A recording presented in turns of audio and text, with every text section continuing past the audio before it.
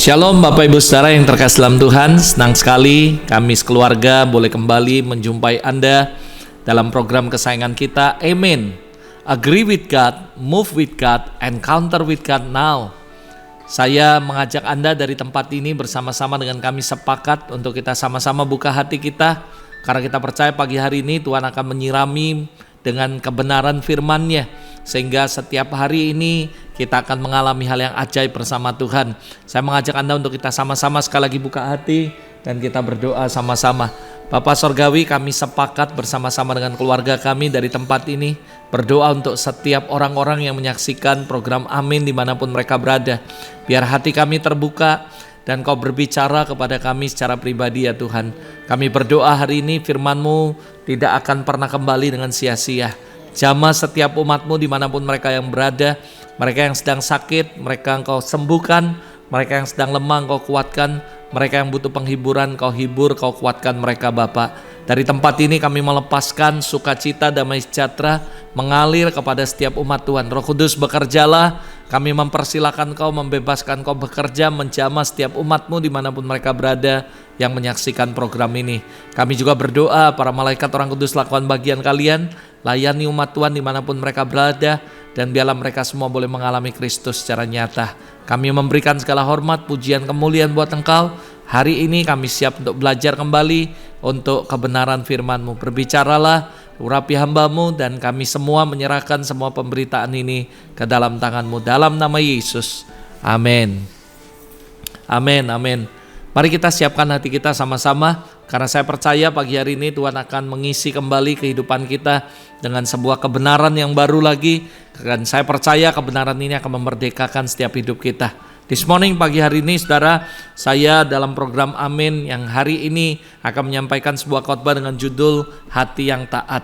Saudara, ketika Roh Kudus menaruh di hati saya begitu kuat untuk menyampaikan tentang topik yaitu hati yang taat. Saya tahu ada begitu banyak kita sedang sering mendengar tentang khotbah-khotbah tentang ketaatan dan semuanya. But I just obey to the Lord. And then saya berdoa dan Tuhan memberikan beberapa pengertian dalam bagaimana supaya setiap Anda dan saya bisa memiliki hati yang taat kepada Allah. Hari ini secara garis besar saya akan bagikan tentang 3 hal. Yang pertama adalah the foundation, bagaimana supaya kita memiliki sebuah fondasi yang taat kepada Allah. Lalu yang kedua saya akan nanti bicara mengenai saudara the reason. Lalu saya akan juga bicara yang ketiga mengenai the process, saudara. Jadi ada 3 hal secara garis besar yang hari ini kita akan belajar sama-sama. Dan saya mau mengajak Anda untuk masuk yang pertama, yaitu foundation. What is the Bible foundation about obedience? Tentang ketaatan, saudara. Yohanes pasal 14 ayat 15 menjadi sebuah fondasi yang kuat, yang harusnya Anda dan saya miliki kalau kita bicara mengenai ketaatan, saudara. Yohanes 14 ayat 15 berbicara seperti ini. Jikalau kamu mengasihi aku, kamu akan menuruti segala perintahku. Ini jelas sekali harus menjadi sebuah foundation dalam kehidupan kita, bagaimana kita memiliki hati yang taat. Karena saya percaya this is what the Bible say about the obedience, saudara, tentang ketaatan. Bagaimana supaya kita memiliki hati yang taat, kita harus memiliki sebuah fondasinya. Dan fondasi yang kuat adalah jika kamu mengasihi aku, Alkitab berkata, maka kamu akan menuruti segala perintahku. Ketaatan bukan suatu paksaan, saudara. Karena ketaatan tidak bisa dipisahkan dengan cinta, saudara. Karena saya percaya Alkitab jelas sekali berkata, this is what Jesus say to all of us. Kepada setiap kita dimanapun Anda berada. If you love me, obey me. This is what the Bible say. This is what Jesus say. Untuk kepada setiap murid-muridnya termasuk Anda dan saya. Makanya saya katakan sekali lagi, ketaatan adalah bukan sesuatu hal yang dipaksakan. Karena ketaatan tidak bisa dipisahkan dengan yang namanya cinta, saudara. If you love me, maka yang percaya pasti akan, yang mengasihi Tuhan dan percaya, dia pasti akan taat. Jadi sekali lagi, love and obedience adalah sesuatu hal yang sangat tidak bisa dipisahkan, saudara. Begitu banyak ayat-ayat yang ditulis oleh Rasul Yohanes tentang ketaatan. Dan Yohanes mengaitkan dengan hubungan mengenal Allah, maka kita akan menuruti perintahnya. Yohanes 1 Yohanes pasal 2 ayat 3 maksud saya. Yang kedua adalah berani meminta kepada Allah. karena menuruti perintahnya. 1 Yohanes 3 ayat 22. Mengasihi Allah, melakukan perintahnya. 1 Yohanes 3 ayat 22. Kasih kepada Allah maka akan menuruti perintah-perintahnya. 1 Yohanes 5 ayat 3. Dan Yohanes menulis bahwa perintah Allah tidak berat. 1 Yohanes 5 ayat 3. Jadi sekali lagi saya katakan bahwa Anda akan melihat membaca begitu banyak sekali Rasul Yohanes menulis cerita tentang ketaatan. Dan bagaimana menyimpulkan bahwa ketaatan itu adalah sesuatu yang tidak bisa dipisahkan dengan cinta. My conclusion about ketaatan adalah obedience is a language of love. Saya percaya ketaatan itu adalah sebuah bahasa cinta. Kalau kita mengasihi seseorang, kita akan nuruti perintahnya. Kalau kita mengasihi seseorang, kita akan pasti nuruti semua nasihatnya. Karena saya percaya obedience is the language of love. Saudara, saya berdoa supaya Anda dan saya taat bukan karena sesuatu, tapi taat karena kita mengasihi Dia, saudara. I don't obey to get something, but I obey because I love Him. Ini harus menjadi sebuah pernyataan kepada Tuhan dari setiap Anda dan saya mengasihi Dia. Kita taat bukan karena kita meminta sesuatu dari Tuhan atau mendapatkan sesuatu yang daripada Tuhan, tapi kita taat because we love Him, karena kita mengasihi Dia. Sekali lagi, this is my conclusion yang harusnya menjadi setiap fondasi daripada anak-anak Tuhan dimanapun mereka berada. Language daripada love adalah obedience, saudara. Jadi obedience is a language of love. Kalau kita berkata bahwa kita mengasihi Dia, maka kita harus mentaati semua peraturan dan perintah-perintahnya. Taat karena keinginan, bukan karena harus taat. Taat karena sukacita, bukan karena terpaksa, saudara.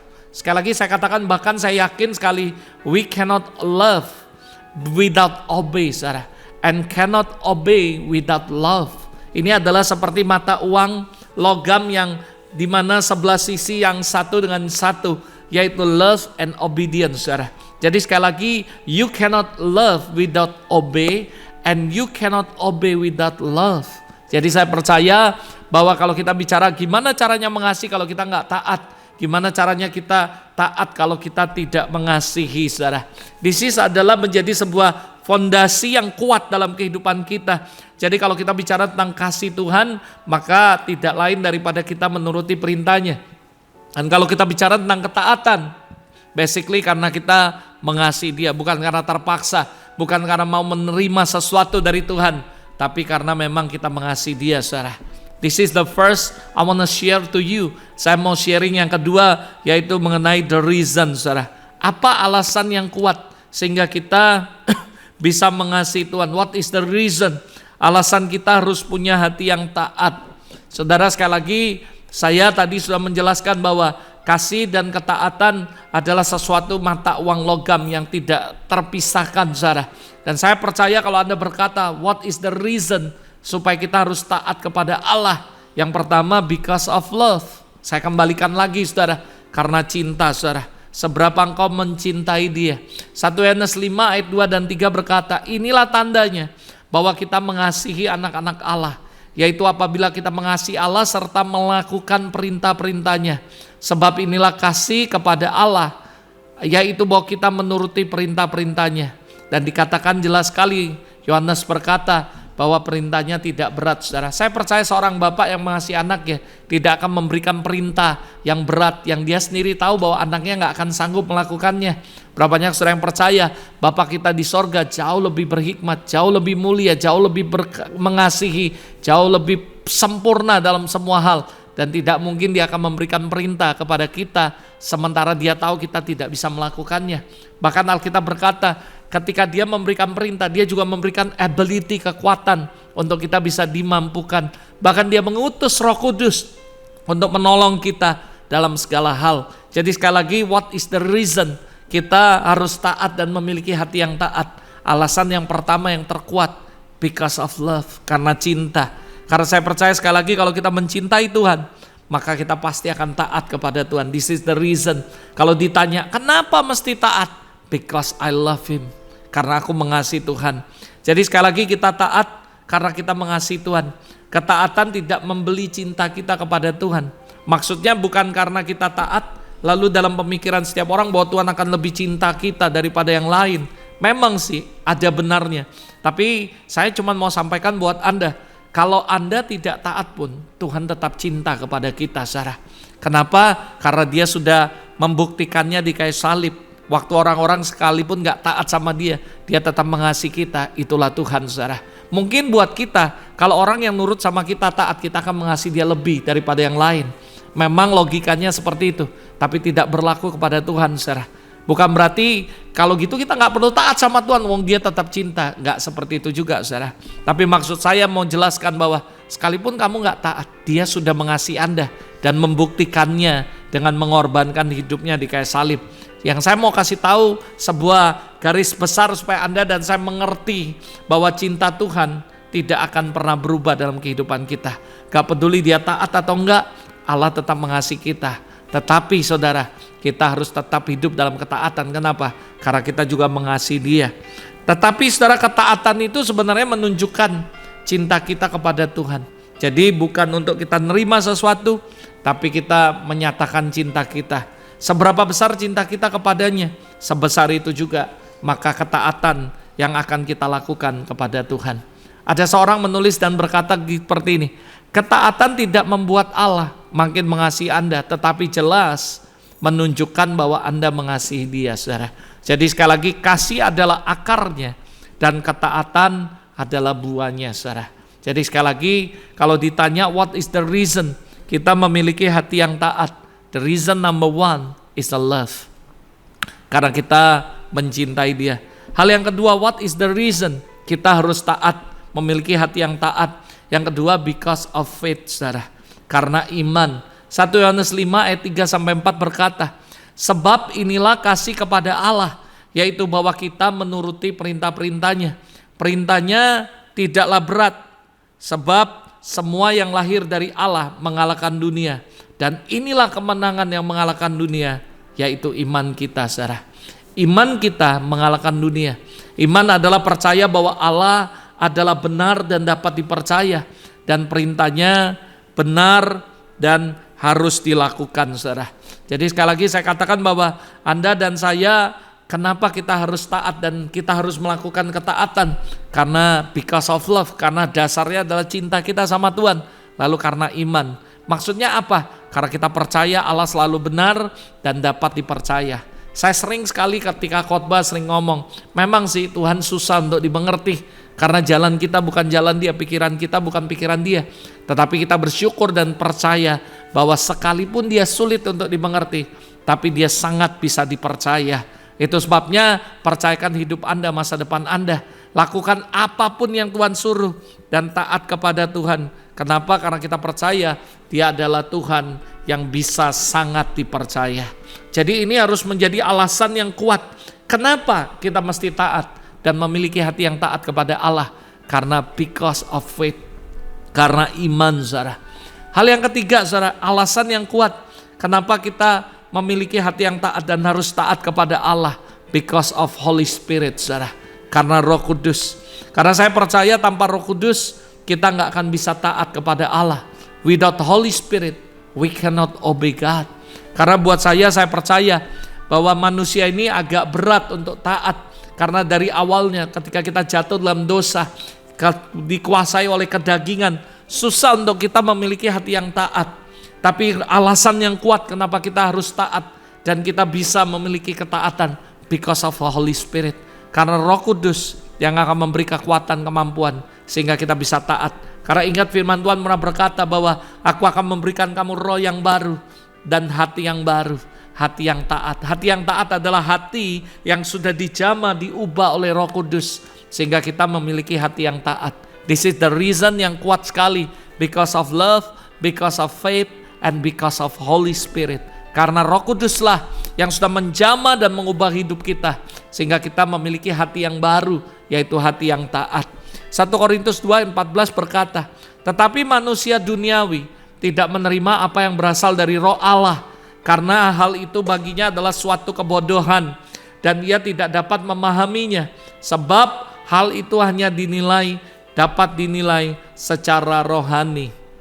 Saudara, ketika Roh Kudus menguasai kehidupan kita, maka kehidupan kita akan dipimpin tidak lagi Kalau Roh Kudus memimpin kehidupan kita, maka Roh Kudus yang akan memimpin kehidupan kita. Tapi sebaliknya, kalau Roh Kudus tidak menguasai kehidupan kita, maka yang terjadi adalah kehidupan kita akan dipimpin oleh keduniawian, kedagingan. Ada orang tanya sama saya, gimana caranya supaya hidup kita dikuasai oleh roh bukan kedagingan? Saya berkata, manusia itu hidup ada dalam daging, dan dalam kehidupan kita ada daging dan ada roh, saudara. Dan kita nggak bisa ngomong bahwa selama kita ada di bumi, kita akan hidup dalam roh 100%. Saya berkata bahwa kita masih hidup dalam daging. Artinya ada hal-hal daging yang sering kadang-kadang muncul dengan tiba-tiba dari hidup kita. Lalu pertanyaannya, gimana supaya kita menang?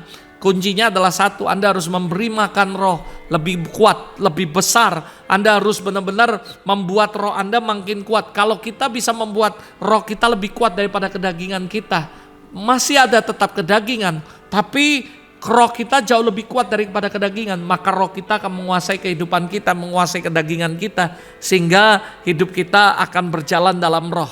Tapi demikian sebaliknya, ketika kita tidak pernah memberi makan roh kita, tapi memberikan makan terus kepada kedagingan kita, kenyamanan kita, semua hal kedagingan dalam kehidupan kita, maka kedagingan kita akan jadi makin besar, makin kuat, sehingga roh kita lemah dan ini lebih kuat. Maka yang terjadi adalah kedagingan kita akan menguasai seluruh kehidupan kita, bahkan roh kita, dan akhirnya kehidupan kita menjadi penuh dengan kedagingan. Percaya, this is the real, saudara. Kalau Anda mengurangi memberikan makan kepada kedagingan Anda dan lebih banyak memberikan makanan rohani dalam kehidupan Anda, maka roh Anda akan menjadi kuat dan lebih kuat daripada kedagingan, sehingga hidup Anda akan dalam roh, saudara, dikuasai oleh roh. Tapi sebaliknya, kalau kekuatan dagingmu lebih besar daripada roh, maka itu sebabnya ada begitu banyak kedagingan yang keluar dari hidup kita. Sekali lagi saya katakan, apa yang menjadi alasan yang kuat sehingga kita bisa punya hati yang taat? Bukan cuma karena cinta, bukan karena iman, tapi karena Holy Spirit.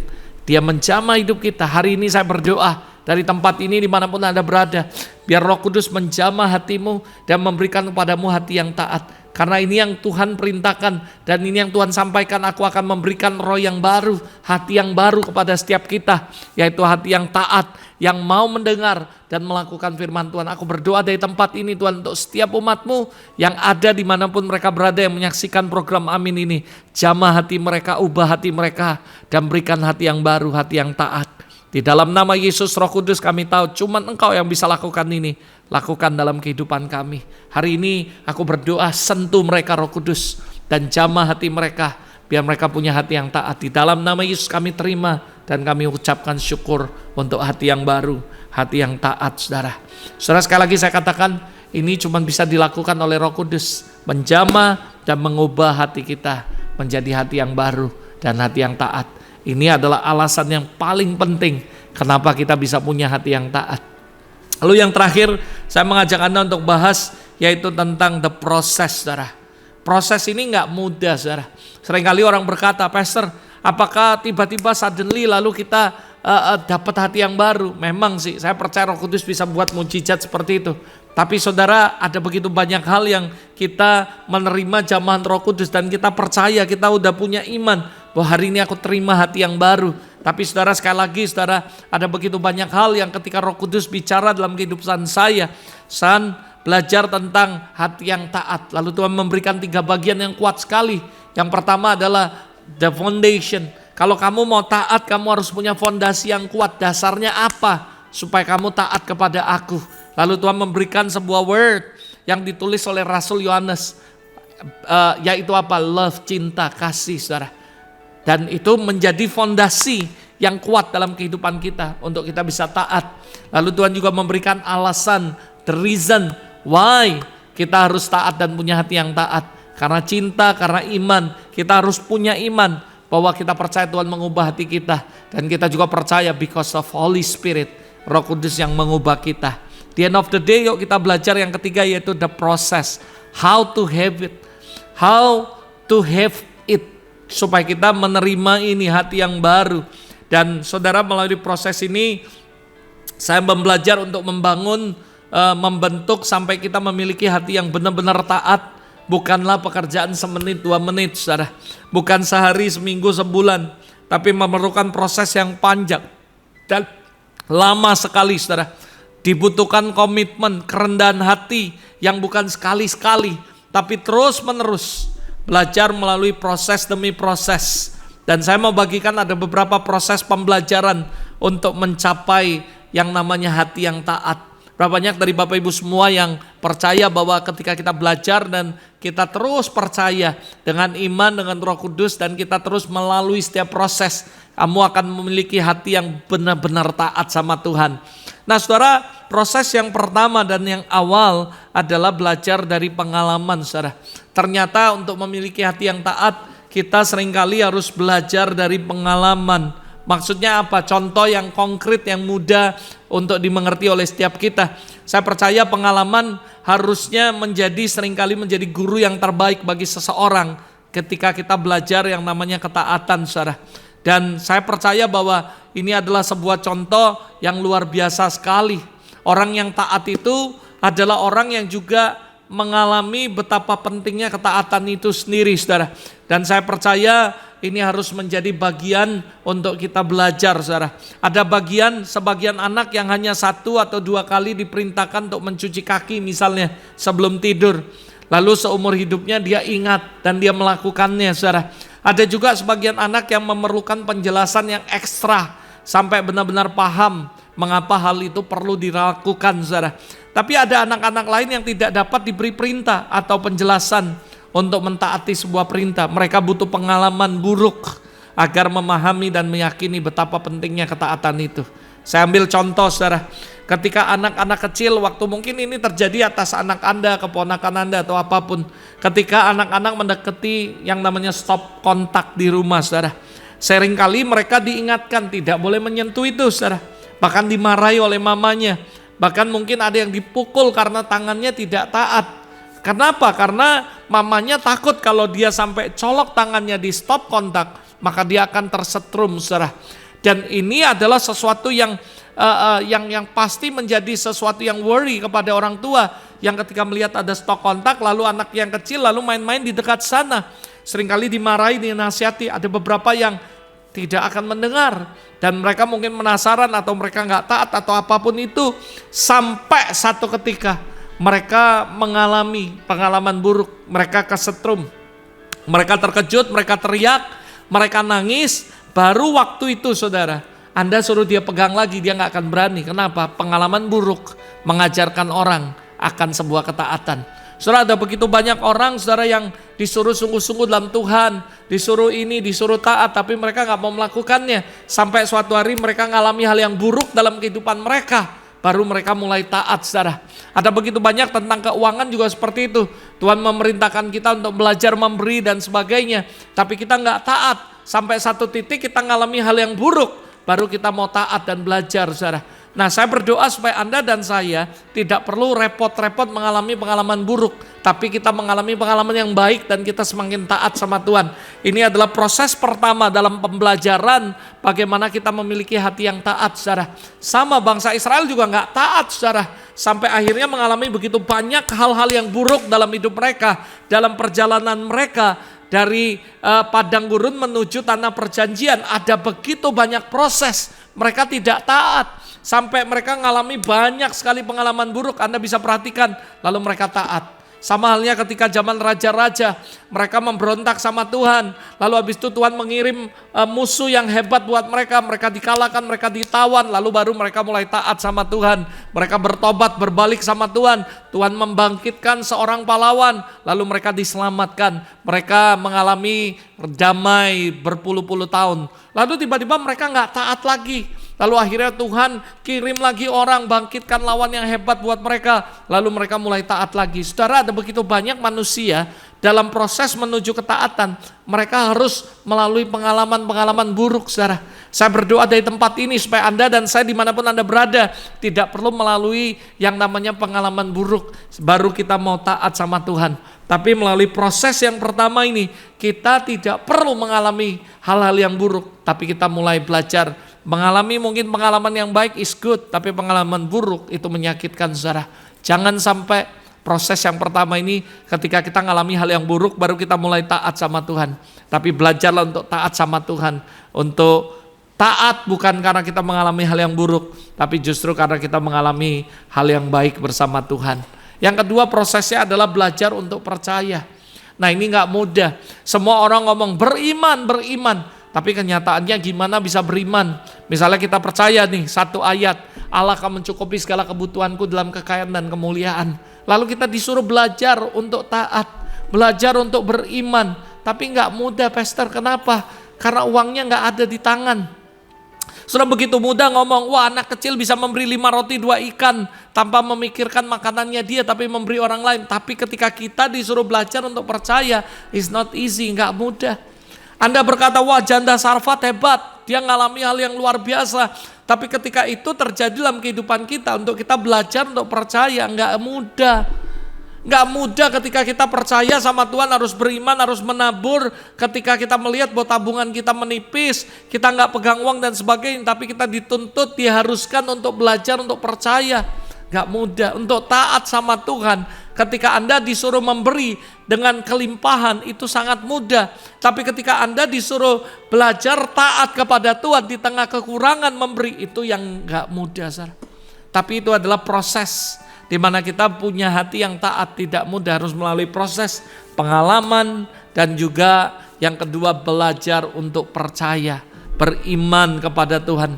Orang yang taat perlu percaya bahwa apa yang dilakukannya akan membawa kebaikan. Ia tidak dapat secara konsisten dan sukarela untuk taat jika ia tidak meyakini hal itu. Saudara nggak bisa ngomong, oke deh aku lakukan, tanpa Anda tahu, yakin bahwa Tuhan pasti mendatangkan kebaikan. Atau setidaknya ada orang yang mengarahkan untuk taat, adalah orang yang dapat dipercayainya, saudara. Misalnya orang tuamu, pendetamu yang kamu percaya. Tapi ayo kita belajar untuk percaya, saudara. Jadi sekali lagi, untuk kita bisa berjalan bersama Tuhan, sangat diperlukan iman. Kita harus percaya bahwa Tuhan sangat bisa dipercaya bagi hidup kita yang sekarang maupun yang akan datang. Jadi ketika kita disuruh percaya, belajar percaya gak mudah. Apalagi Tuhan gak kelihatan. Mungkin kita bisa diarahkan oleh pemimpin, gembala, atau orang tua kita, sehingga kita mulai belajar untuk percaya. Tapi ini adalah proses, dimana ketika saudara sudah melalui proses pengalaman, entah itu pengalaman baik, pengalaman buruk, harusnya membuat hati kita menjadi taat sama Tuhan. Lalu yang kedua, belajar untuk percaya. Sekalipun sulit, tapi mari kita mulai belajar sedikit demi sedikit, sampai kita benar-benar percaya. Percaya bahwa Tuhan pasti akan melakukan yang terbaik buat kita, saudara. Untuk itu mari saya mengajak Anda untuk belajar. Lalu tahap yang ketiga adalah belajar dari pengulangan. Maksudnya apa, Pastor Robert? Diulang-ulang, saudara. Ketaatan tidak terjadi di dalam diri anak kita jika kita tidak menyediakan sebuah rencana untuk mengajarkannya secara konsisten dan berulang-ulang, saudara. Saudara, dalam Ulangan pasal 6 ayat 4 dan 9 sampai 9 ada kalimat kunci yang mendukung ayat itu, adalah di ayat yang ke-7. Dikatakan Ulangan 6 ayat 6, 7 dikatakan, apa yang kuperintahkan kepadamu pada hari ini haruslah engkau perhatikan, haruslah engkau mengajarkannya berulang-ulang kepada anakmu dan membicarakannya apabila engkau duduk di rumah, apabila engkau sedang dalam perjalanan, apabila engkau sedang berbaring, apabila engkau sedang bangun, saudara. Saudara mungkin bertanya, kapan Pastor Robert untuk mengajarkan ketaatan kepada anak kita? Dengar, anakmu gak akan menjadi anak yang taat kalau kamu gak menyediakan rencana waktu dan mengajarkan dia secara berulang-ulang, saudara. Saat kita berada di rumah, ngajarin, saudara. Saya punya pengalaman terhadap anak saya, JJ, saudara. Ketika bangun tidur, saya langsung ingetin dia, udah baca firman belum? Udah berdoa belum? Mungkin dia akan bosan dengan pernyataan itu. Tapi Alkitab mengajarkan saya bahwa Ulangan 6 ayat 6 dan 7, kamu harus mengajarkan kepada anakmu berulang-ulang. Gak peduli mereka bosan, gak peduli mereka marah, Anda sebagai orang tua punya tanggung jawab mengajarkan ketaatan kepada anak-anak sejak mereka dini dan berulang-ulang, saudara.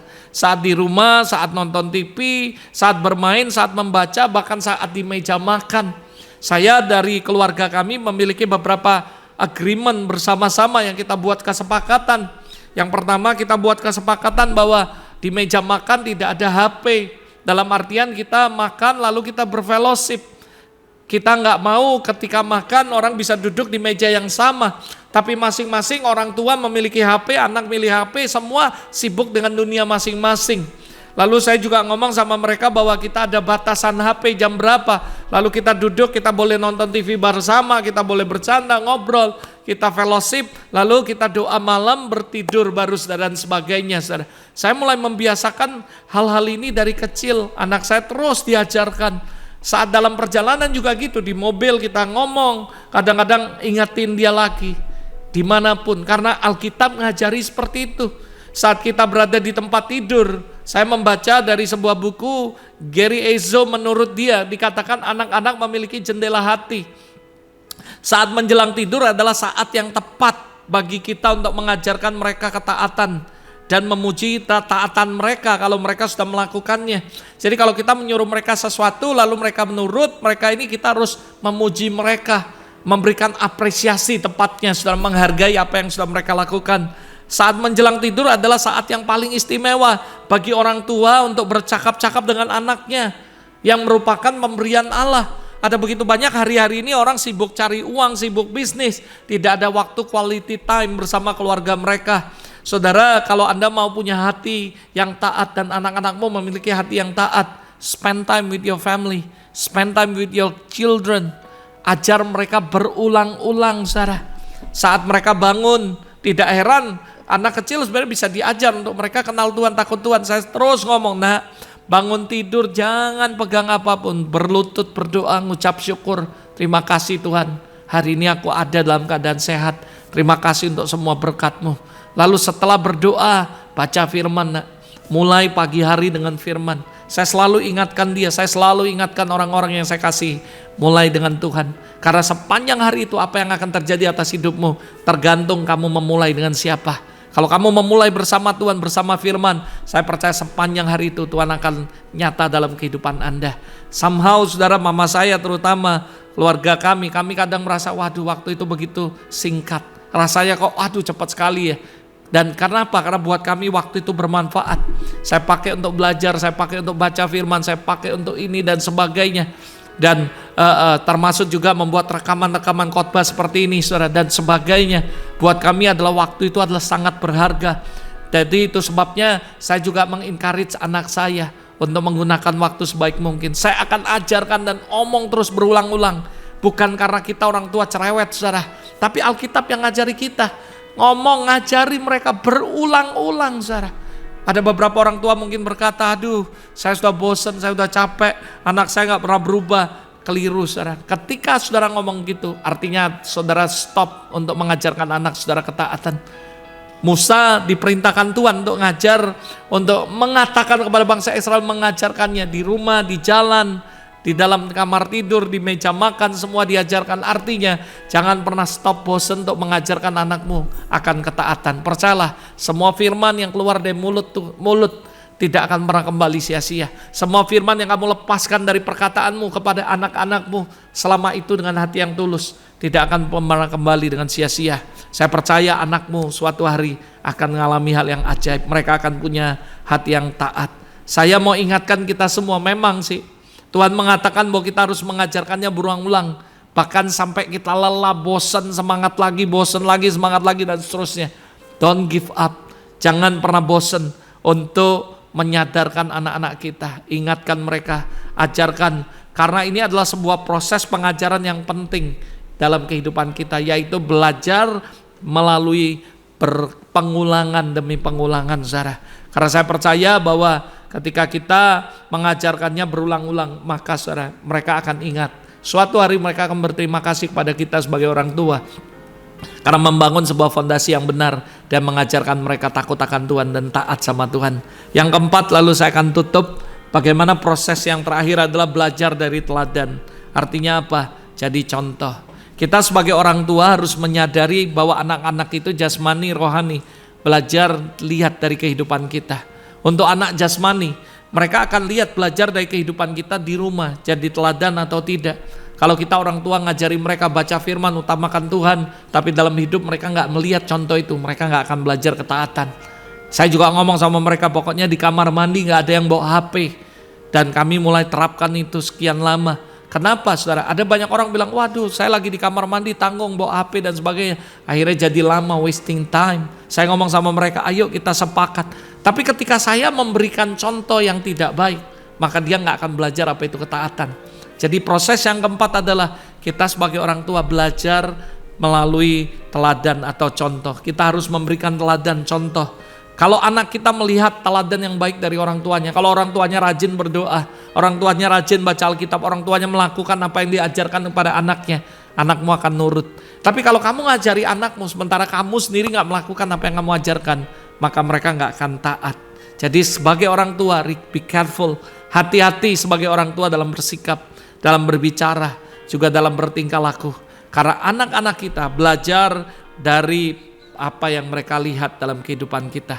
Saya akan tutup dengan Filipi pasal 2 ayat 8. Dalam keadaan sebagai manusia, ia telah merendahkan dirinya dan taat sampai mati, bahkan sampai mati di kayu salib.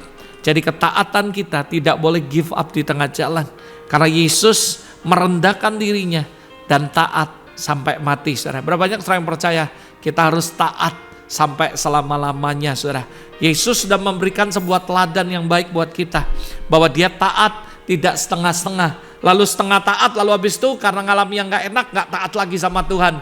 Tapi dia taat bahkan sampai mati, saudara, di kayu salib.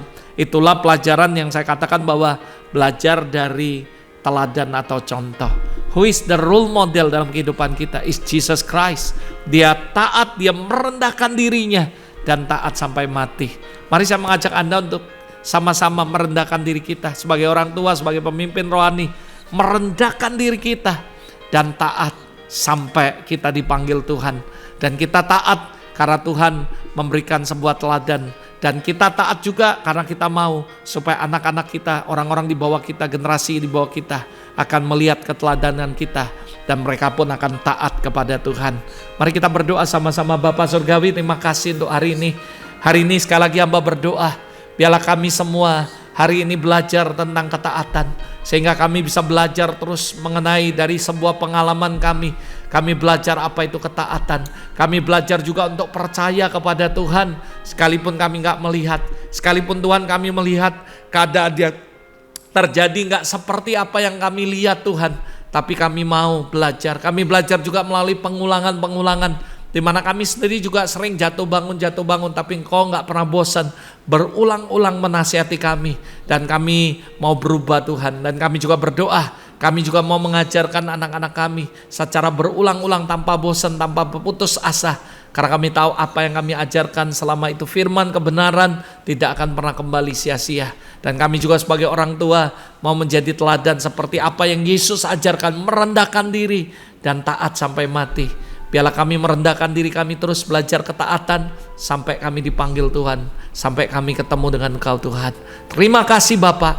Aku berkati setiap umat-Mu yang menyaksikan program Amin dimanapun berada. Hari ini aku berdoa kasih mereka roh yang baru, dan terutama hati yang taat, hati yang baru. Jamah Roh Kudus, because of you Holy Spirit. Jamah dan mampukan kami dalam proses pembelajaran ini sampai kami memiliki hati yang taat. We bless all your people. Kami katakan Tuhan, I speak life, breakthrough, healing, and restoration di dalam nama Yesus terjadi atas hidup kami. Dalam nama Yesus kami berdoa. Amin, amin, amin. Tuhan memberkati.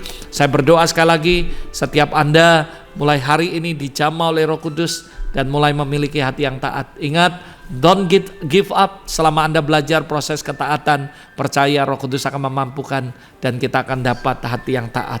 God bless you and see you next week dalam program Amin berikutnya. God bless you.